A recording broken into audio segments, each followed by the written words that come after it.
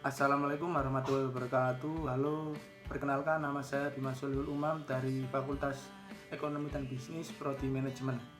Saya di sini akan menjawab soal UAS dari mata kuliah teori pengambilan keputusan.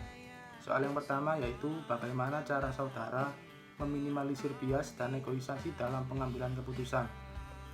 Jadi dalam mengambil keputusan besar seperti merintis bisnis, penting bagi kita untuk meminimalisir bias agar keputusan yang kita ambil bisa lebih objektif dan rasional. Ada beberapa cara yang dapat kita lakukan untuk meminimalisir bias dalam pengambilan keputusan merintis bisnis ini.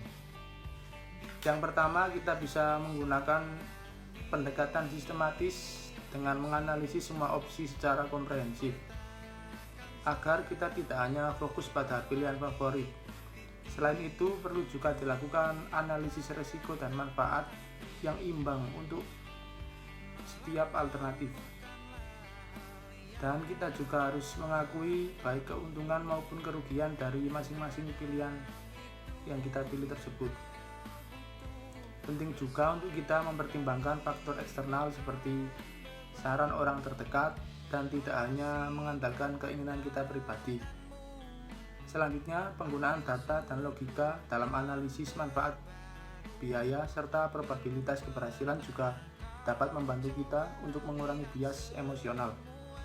Dan yang terakhir, kita harus membuat rencana evaluasi berkala, karena itu dapat mencegah bias anchoring di mana kita terpaku pada keputusan awal tadi tanpa mau melakukan penyesuaian terhadap keputusan lainnya. Dan selanjutnya saya akan menjawab soal yang kedua. Jelaskan situasi di mana Anda akan membutuhkan negosiasi dalam keputusan yang akan saudara ambil dan bagaimana cara saudara melakukan negosiasi tersebut. Jadi dalam keputusan merintis bisnis sambil bekerja ini ada beberapa situasi yang membutuhkan negosiasi dengan strategi yang berbeda-beda. Yang pertama itu negosiasi dengan calon employer untuk mendapatkan pekerjaan dengan jam kerja yang fleksibel dan dapat dilakukan dengan menunjukkan value yang bisa kita berikan dan menawarkan solusi win-to-win seperti sistem kerja berbasis target dan hasil. Yang kedua, negosiasi dengan keluarga atau orang terdekat untuk mendapatkan dukungan dan dapat kita lakukan dengan menunjukkan rencana yang matang. Kita juga memberikan jaminan stabilitas finansial dari gaji dan menetapkan milestone yang dapat kita ukur. Selanjutnya yang ketiga, negosiasi dengan diri sendiri. Jadi kita dalam mengelola ekspektasi dan tekanan internal, kita juga harus melakukan dengan membuat jadwal realistis.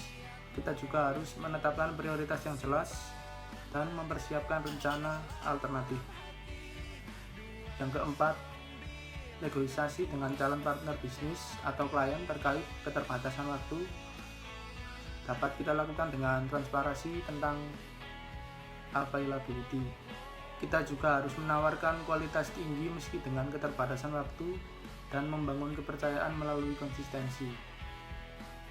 Karena kunci sukses dalam semua negosiasi ini adalah transparansi, persiapan yang matang, dan kemampuan menciptakan situasi win-to-win di mana semua pihak merasa diuntungkan dari kesepakatan yang kita buat.